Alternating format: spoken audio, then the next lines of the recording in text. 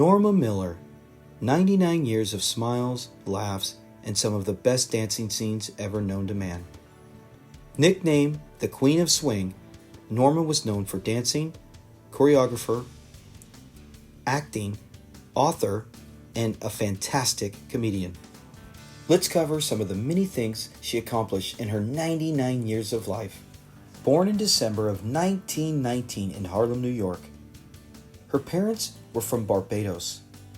Although money was tight for the family, they made sure to get Norma in dancing classes. At an early age, Norma said she knew she wanted to be a dancer.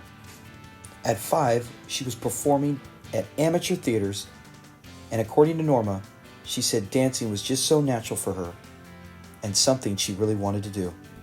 During 1929, the Great Depression began, and Norma and her family moved to a much smaller apartment that was overlooking Savoy Ballroom. Due to them not having air conditioning, the windows were open and Norma could hear the band playing, which featured Chick Webb and Ella Fitzgerald.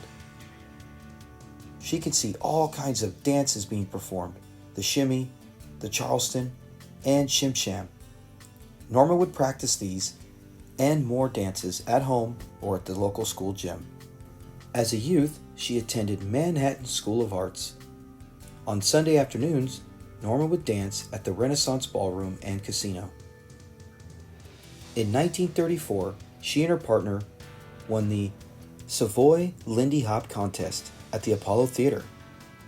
The following day, the dance master at the Savoy hired her as the youngest member of the dance troupe, Whitney's Lindy Hoppers. Throughout the 30s, Norma toured with Whitney's Lindy Hoppers and even made it out to California. There she met such stars as the Marx Brothers, Alan Jones, and Maureen O'Sullivan. She was even cast in a movie called A Day at the Races, where she sang and danced in a song with Erie Anderson and Duke Ellington. When the tour ended, Miller was hospitalized for fatigue for her 18th birthday. In 1941, Miller had a role as a dancing cook in the movie Hell's a Poppin'. She would meet Ray Glenn during this movie and be in the longest relationship from 1941 to 1947. Miller never married. She was very active in the 40s before going on her own in 1952, where she toured and directed the Norma Miller and her Jasmine. She would perform with legends like Cab Calloway and George Kirby. In the 60s and 70s, she moved to Las Vegas and performed with Sammy Davis Jr. and Red Fox. Fox told her to use her mouth and get into comedy. Her knees were knocking and her dancing days were behind her. Red would even help her out by bringing Norma onto his show Sanford and Son. She had 3 memorable roles as Dolly, Grady's girlfriend, Dimples, another appearance with Grady, and Jackie, the airline stewardess. She captured the hearts of fans still to this day.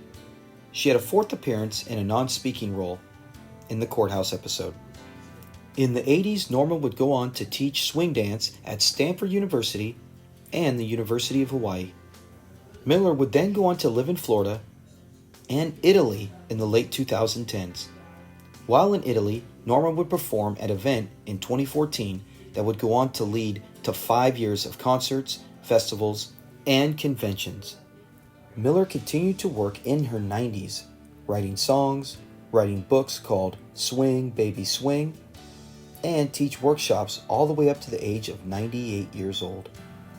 On Cinco de Mayo 2019, Norma Miller passed away of congestive heart failure at the age of 99.